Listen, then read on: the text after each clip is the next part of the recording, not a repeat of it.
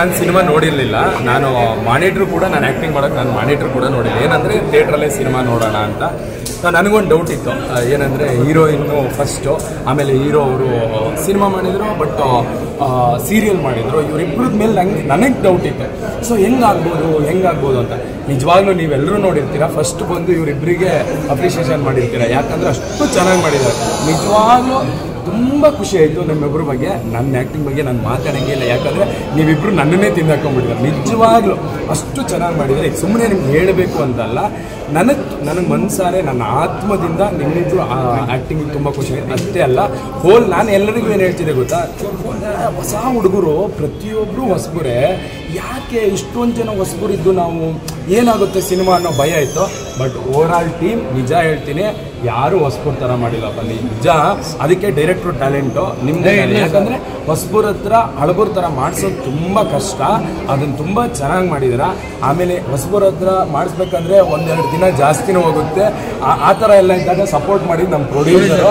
So ಯಾವುದಕ್ಕೂ ಚಿಂತೆ ಮಾಡಿದೆ, ಆರಾಮಾಗಿ ಶೂಟಿಂಗ್ ಮಾಡಿ ಒಂದು ಥಿಯೇಟ್ರಿಗೆ ಒಂದು ಸಿನಿಮಾ ತರೋದಂದರೆ ಅಷ್ಟು ಸುಲಭ ಅಲ್ಲವೇ ಅಲ್ಲ. ಶೂಟಿಂಗ್ ಹೆಂಗಾರ ಮಾಡ್ಕೊಂಡ್ಬಿಡೋದು, ಮೊಬೈಲಲ್ಲಾದರೂ ಮಾಡೋಣ ಅಂತ ಮಾಡ್ಬಿಡ್ಬೋದು. ಬಟ್ ಥಿಯೇಟ್ರಿಗೆ ತಂದು ಜನನ ಸೇರಿಸಿ ನಿಮ್ಗಳದೆಲ್ಲ ಸಪೋರ್ಟ್ ಸಿಗಬೇಕಂದ್ರೆ ಅದಕ್ಕೆ ಪ್ರೊಡ್ಯೂಸರ್ ತುಂಬ ಸ್ಟ್ರಾಂಗ್ ಆಗಿರಬೇಕು, ಅವ್ರಿಗೆ ತುಂಬ ಧೈರ್ಯ ಇರಬೇಕು. ಯಾಕಂದರೆ ದುಡ್ಡು ಏನಾಗುತ್ತೋ ಏನೋ ಗೊತ್ತಿಲ್ಲ, ಇನ್ನೂ ನಂಬಿಕೆ ಇರೋಲ್ಲ. ಸೊ ಅವರೆಲ್ಲದಕ್ಕೂ ನಿಂತಿದ್ದಾರೆ. ನಾನು ಕೇಳ್ಕೊಳ್ಳೋ ದೇವ್ರಂದರೆ ನಿಮ್ಮ ಹತ್ರ ಅಷ್ಟೇ. ಅಯ್ಯಪ್ಪ ಇವತ್ತು ಒಂದು ಸಿನಿಮಾ ಮಾಡಿದ್ದಾರೆ, ಮುಂದೆ ಇನ್ನೂ 10 ಸಿನಿಮಾ ಮಾಡಬೇಕಂದ್ರೆ ನೀವೆಲ್ಲ ಒಂದ್ಸರಿ ಥಿಯೇಟ್ರಿಗೆ ಬಂದು ನಮ್ಮ ಕಾಲೇಜ್ ಕಲಾವಿದ ಸಿನಿಮಾ ನೋಡೋಕ್ಕೂ. ನಿಜ ಹೇಳ್ತೀನಿ, ಆತ್ಮದಿಂದ ಹೇಳ್ತೀನಿ, ಪ್ರತಿಯೊಬ್ಬರು ಮ್ಯೂಸಿಕ್ ಡೈರೆಕ್ಟ್ರು ಹಿಂದೆ ಬ್ಯಾಕ್ಗ್ರೌಂಡ್ಸ್ಕೊಂಡು ನಾನು ಅದನ್ನೇ ಈಗ ಹೇಳ್ತಿದ್ದೆ, ಸರ್ ಕಡಿಮೆ ಬಜೆಟಲ್ಲಿ ಹೈ ಬಜೆಟ್ ಮ್ಯೂಸಿಕ್ ಮಾಡಿಬಿಟ್ಟಿದ್ದೀರ ನೀವು.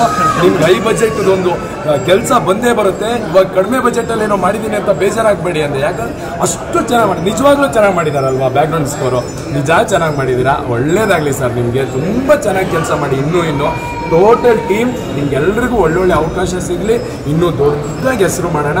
ಈ ಟೀಮನ್ನು ಹಿಂಗೆ ಗಟ್ಟಿ ಇಟ್ಕೊಳ್ಳಿ ಸರ್, ತುಂಬ ಗಟ್ಟಿ ಇಟ್ಕೊಳ್ಳಿ. ಯಾಕಂದರೆ ತುಂಬ ಚೆನ್ನಾಗಿದೆ ಟೀಮು.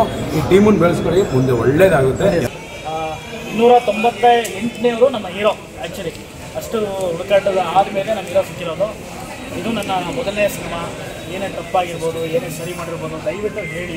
ಯಾಕಂದರೆ ನನಗೆ ನೀವು ಹೇಳಿಲ್ಲ ಅಂತಂದರೆ ನನಗೆ ನೆಕ್ಸ್ಟ್ ನಾನು ಏನು ಮಾಡ್ತಾಯಿದ್ದೀನಿ ಅಂತ ಖಂಡಿತ ನನಗೆ ಗೊತ್ತಾಗಲ್ಲ. ದಯವಿಟ್ಟು ತಿಳಿ ಹೇಳಿ.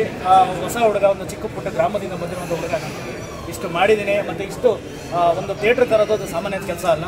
ನಮ್ಮ ಪ್ರೊಡ್ಯೂಸರ್ ಸಾಥು ತುಂಬ ದೊಡ್ಡದು ನಮಗೆ. ಮತ್ತು ನಮ್ಮ ಮ್ಯೂಸಿಕ್ ಡೈರೆಕ್ಟರ್ ಆಗಿರ್ಬೋದು, ಎಡಿಟರ್ ಆಗಿರ್ಬೋದು. ನಮ್ಮ ಎಡಿಟ್ರಿಗೆ ವಿಷಯ ಹೇಳ್ಬೇಕಂದ್ರೆ ಎಡಿಟ್ರ್ ತುಂಬ ನೀಟಾಗಿ ಕಟ್ ಮಾಡಿದ್ದಾರೆ. ಆಮೇಲೆ ನಮ್ಮ ಸ್ಟಂಟ್ ಮಾಸ್ಟ್ರು, ಸುಬ್ಬು ಮಾಸ್ಟ್ರು, ಅವರಿಗೆ ನಾನು ದೊಡ್ಡ ಥ್ಯಾಂಕ್ಸ್ ಹೇಳಬೇಕು.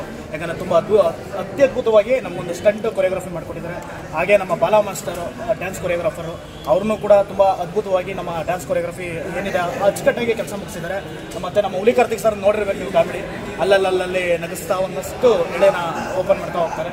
ಬಟ್ ಭಾಳ ಖುಷಿ ಆಗುತ್ತೆ. ಹಾಗೆ ಒಂದೆಲ್ಲ ಕ್ಯಾರೆಕ್ಟ್ರು ಮತ್ತು ಹೀರೋ ಆಗಿರ್ಬೋದು, ಎಲ್ಲ ತಂಡ, ನಮ್ಮ ಇಡೀ ತಂಡನೂ ಕೂಡ ನನಗೆ ಒಂದು ಒಳ್ಳೆ ಖುಷಿ ಕೊಟ್ಟಿದೆ.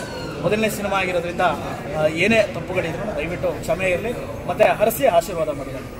Thank you sir.